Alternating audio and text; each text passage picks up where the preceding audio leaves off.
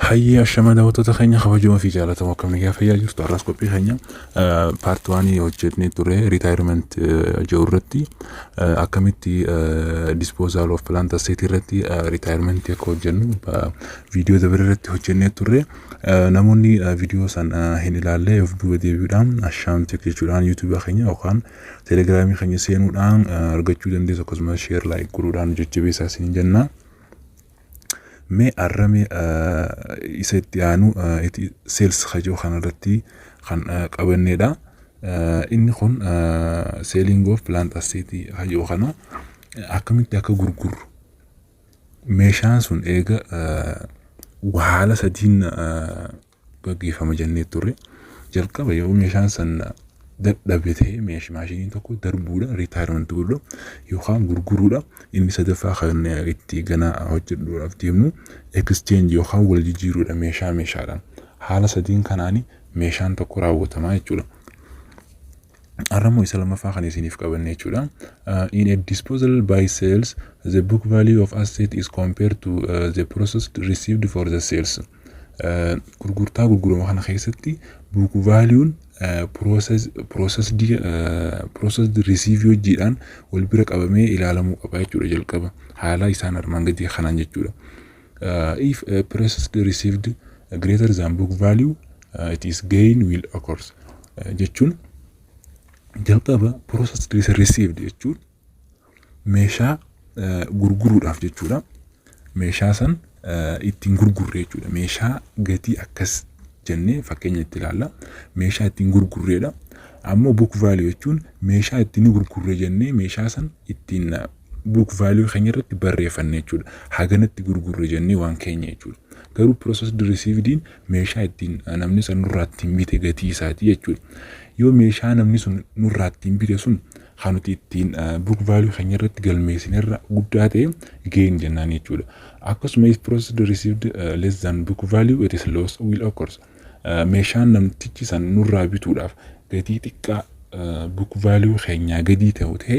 book value nuti haganatti gurgurre jennee kaayyannee sanii gaditti yoo gurguramu ta'e loss jennee addaan baafachuu dandeenya jechuudha okay mee isa kana example idaanis kan ilaallu tahaa jechuudha isa armaan gaditti ilaallu kana jechuudha jalqaba isaan kun jechuudha haala sadiin kan option qabanidha jechuudha option isaan qaban tokkoffaa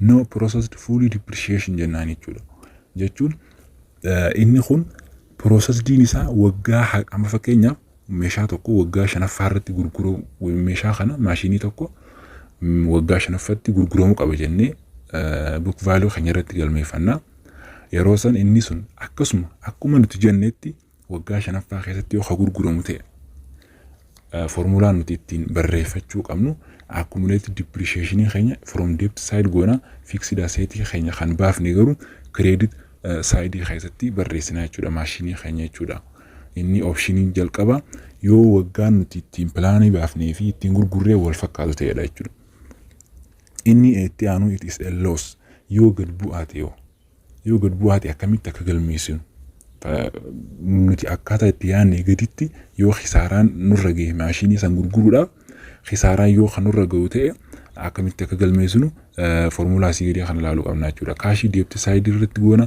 akkasuma accumulated depreciation debt side akkasuma loss on disposal wanti nuti khasaarre sanis debt side irratti nurratti galaa jechuudha ammoo plant asset nuti baafne from credit side goone khaayuu dandeenya jechuudha inni dhuma optionii sadaffaa it is gains yookaan resultii gain argachuuti jechuudha isa bu'aa irratti argannu jechuudha bu'aa yeroo arganne akkamitti akka galmeessinu jalqaba ilaaluu qabna jechuudha as loss irratti yoo halaaltan taate accumulated depreciation from debt side dha akkasuma asirrattis debt side dha jechuudha accumulated depreciation yeroo hunda debt side ta'a jechuudha kaashiin keenyas akkasuma debt side irratti kan barreeffamudha ammoo faallaan isaa kan itti lossiidhaan faallaa ta'u it is gain on disposal keenya from the credit side goonaa jechuudha tirfiin nuti arganne debt side irratti argama khisaaraan nurra ga'umoo kisaaraan nurra ga'u debt side dha.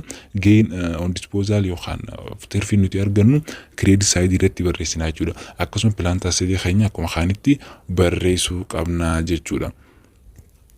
Okay, me example kana haa ilaallu. Assume that on July 1, 2020, IBC Trading Company sells office furniture for bir 16,000 cash. The office furniture originally cost bir 16,000. And of January 1 to 2020 had accumulated depreciation of bir 41,000. The yearly depreciation is bir 16,000. Inni kun July tokko irratti dhaabbanni daldala ABC jedhamu tokko jechuudha. Waajjira isaa kana meeshaalee isaa kana haa gurgure haa jennu birrii 16,000tti. Amma laal birrii 16,000 jechuun process diidha. Akka jalqabe isin jetti meeshaa ittiin ni gurgurra jennee yaadne jechuudha. The office kan jechuudha meeshaaleen san jechuudha. Jalqaba irratti gatii 60,000tiin kan bitamedha. Abbichi gurguru jiru kun 60,000 kan bitedha jechuudha. Ammoo haga Jaanuwaarii takka 2020tti hir'ina gatii kuufamaa ture san jechuudha birrii 40 takka ta'a. Akkasuma hir'inni gatii waggaan godhu immoo 16,000 jechuudha. Ammoo waggaa tokko wanni baatii qofaanii addan ba'a malee 2020 Juulaayii akkasuma Jaanuwaarii 2020 ta'uu asirratti nu ibsa jechuudha. Kanaaf waggaa tokko keessatti 16,000 accumulated depreciation agarsiisa jechuudha. Kanaaf depreciation for the first 6 months of 2020 is bir 8,000. The entry to record depreciation expenses and update accumulated depreciation to July 1 is as follows. Akka armaan gadii kanatti akka galmeessuudha jechuudha. Jalqaba kam jee birriin hir'inni gatii kun jechuudha ji'oota jaan 2020 keessaatiin birrii 8,000 ta'a jechuudha. Asirratti depreciationiin keenya kan waggaa guutuu 16,000 jenne kanaaf baatii 6 immoo 8,000 ta'a jechuudha. Yoo kan walirraa gabbuuf nu ta'u kanarraa dhaabbannee yoo kan laallu ta'u humni 8 kun jechuudha depreciationii baatii 6ti. Jaanuwaariidha haga Juulaayii jidduu baatiiwwan jiran yoo kan laallu taate baatiiwwan January, February, March, April, June, July jennee lakkoofnaa jechuudha. Isaan haga kanaatu baatii 6 walirratti ta'ee baatii 6 depreciationii irratti gabbu ilaala. Inni waggaa tokkoof gurguruuf fadhee ture yoo osoo waggaa tokkoon haa gurguru ta'e akka jalqabeenne maal jenne inni kun fully depreciationii ta'a jechuudha. No process diidha jechuudha. Maaliif waggaa tokkichaa isaa 16,000 depreciation agarsiise buufatee jira jechuudha. Kanaaf ammoo baatii 6 waan ta'eef baatiin 6 8,000 ta'a jechuudha. 8,000 akkaataa itti ta'u ammoo yoo kan laallu ta'e fakkeenyaan ni jira jechuudha. 16,000 san jechuudha meeqaan baay'ifna 6 baay'ifna jechuudha. 6 erga baay'ifne booda baatiiwwan 12 hir'aa jechuudha. Baatiiwwan 12 yoo kan irratti 8,000 arganna jechuudha. Jalqaba wanni beekuu qabnu baatiiwwan meeqaaf akka depreciation ta'e beekuu qabna jechuudha. Isa kanaaf 8,000 arganne. Kanaaf depreciation expense nuti baafne 8,000 accumulated depreciation keenya akkasuma 8,000 credit side jalatti wanta baatii 6 barreessina jechuudha. Ammoo generally yeroo record goonu sales and gain or disposal irratti ammoo kaashiin keenya akkuma jalqabenne 16,000 jechuudha. Accumulated depreciation keenya 49 jechuudha. 49 isaa dhufee jettanii yoo halaaltan taate accumulated depreciation keenya 40 takka achirratti yoo halaaltan taate akkasuma kan amma arganne kun jechuudha depreciation expense keenya 8,000 jechuudha. 8,000 kan baatii 6 isaan lamaan kan yoo walirratti idaanu ta'e 49 nuuf dhufa jechuudha. Kanaaf yeroo kana meeqa nuuf dhufa 11 book value keenya nuuf dhufa jechuudha. Book value argachuudhaaf 40 takka akkanatti nuuf dhufa. Garuu jalqaba 49 accumulated depreciation akkanatti nuuf dhufa akkana jechuudha. Furniture keenya akkasuma 60 bitee ture jechuudha. Bichi yeroo haaree bitu san jechuudha. Gain keenya asitti imma 5,000 dhufa jechuudha. akkamitti kuma shan dhufe yoo kan jettan taate gain or loss equals to processed minus book values. Processed keenya meeqa jennee kuma 16 namtichi san irraa bite kuma 16 processed dha jechuudha. Book value keenya immoo kuma 10 takka jechuudha. Humni 10 takka akkamitti dhufe yoo kan jettan taate kuma 60 jalqaba jennee jirra asirratti humni 60 original cost dha jechuudha. Original cost minus accumulated depreciation goona jechuudha.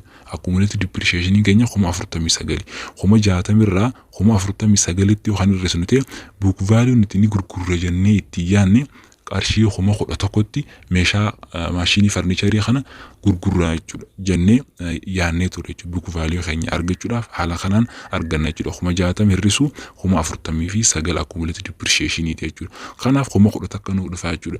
Gain on disposal kuma 5 akkamitti arganne kan jettan taate processing keenya kuma 16 jennee jirra. Akkamitti akka gurguramu as gubbatti ilaallee jirra. Furniture for ABC company trading sales of ice furniture for 16 cash dha jechuudha. Kuma 16 gurguree jechuudha. Ammoo nuti kuma 10 takkaan gurguree jennee book value keenya irratti galmeeffannee turre jechuudha. Akkama agarsiisne kanatti kanaaf jalqaba maal jennee turre if processed received greater than book value it is gain jennee jirra jechuudha. Kanaaf processed received keenya meeqa kuma 16 kanaaf book value keenya kuma 11 irra xiqqaate jechuudha. Kanaaf processed received irra guddaa waan ta'eef gain goona jechuudha. Gain nuti arganne kuma 5 arganne jennee galmeessuu dandeenya jechuudha. Selling of plant asset meeshaa kana gurguruudhaaf nuti kuma 11tti plan goonee keenya jechuudha. Kuma 11tti plan goonee garuu nuti kuma 16tti gurgurree jechuudha. Kanaaf tirfiin keenya meeqa ta'a kuma 5 tirfeeffannee jechuudha. Yeroo galmeessinu akkuma asii gaditti arginu kanatti galmeessinaa jechuudha. Inni jalqaba no processed osoo kan ta'u ta'e kuma 16 kana guutuu isaa depreciation expense kuma 16 goona jechuudha. Bakka kuma 8 goona kanatti jechuudha. Kanarraa kan ka'e asirratti lammaffaan kun immoo gain akkaataa itti argannee agarsiifne jechuudha. Okay, mee isa sadaffaa loss on disposal isa itti loss ta'e kan laallu ta'a. Akkaataa itti loss ta'e assume that instead of selling the office furniture for 16,000 in the ABC trading sales it is for 9,000.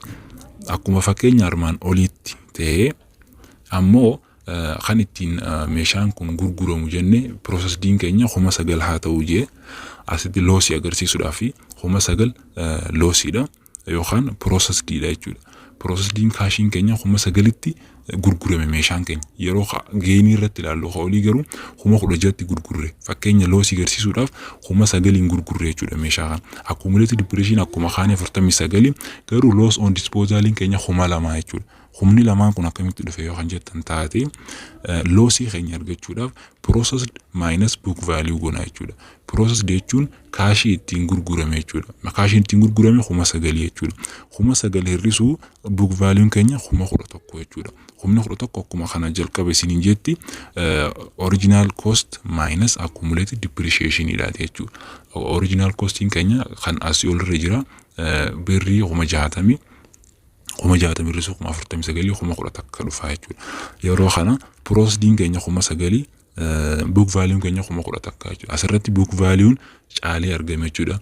Asitti maal jenne if processed received less than book value loss will occur jenne jechuudha. Kanaaf asirratti formulaan ittiin barreessinu kana ta'a jechuudha. Officer furniture keenya kuma 60 credit side jalatti barreessina jechuudha. Record yeroo goonu hammi kan debit side irratti yeroo barreeffaman walqixa kuma 60 dhufuu qaba jechuudha. Kanaaf akkanatti kan hojjetamudha jechuudha. Selling plant assetiin jechuudha. Haalota kanaan kan hojjetamudha inni kuni wanni beekuu qabdan jalqaba. Example kun maal jaa jira jettanii ilaaluu qabdan jalqaba. Asitti baatiiwwan laaluu qabdan. Asitti kuma 8 kan argachuudhaaf yoo kan hin arganne ta'e deebisaan hundi isin dura baduu danda'a jechuudha. Jaanuwaariidhaa kaasee haga Julaay kan Ingiliffaa kana hedduu qabachuu qabdu. Jaanuwaarii, Feebruwaarii haga Diseembar jedhee deemutti qabachuu qabdu jechuudha. inni kun baatiiwwan nu gaafate kan biraa kan waggaadhaan nama gaafatu jira. Kanaas akkaataa itti hojjetamus nama hin dhibu jechuudha. Kan baatii kanatu irra nama dhiba waan ta'eefiin baatii kanaan isin agarsiisaa jira jechuudha. Arraaf selling of plant assetiin isa kanaadha. Haala ittiin meeshaa kana yeroo gurguruu barbaannu akkaataa itti gurgurru haala kanaan gurgurraa jechuudha. Isatti aan exchange of plant assetii hanga kanaan wal agarrutti jabaadhaa qoodhaa warra walitti deebi'u rabbiin haa godhu isiniin jecha galatoomaa isiniin jechuu barbaada.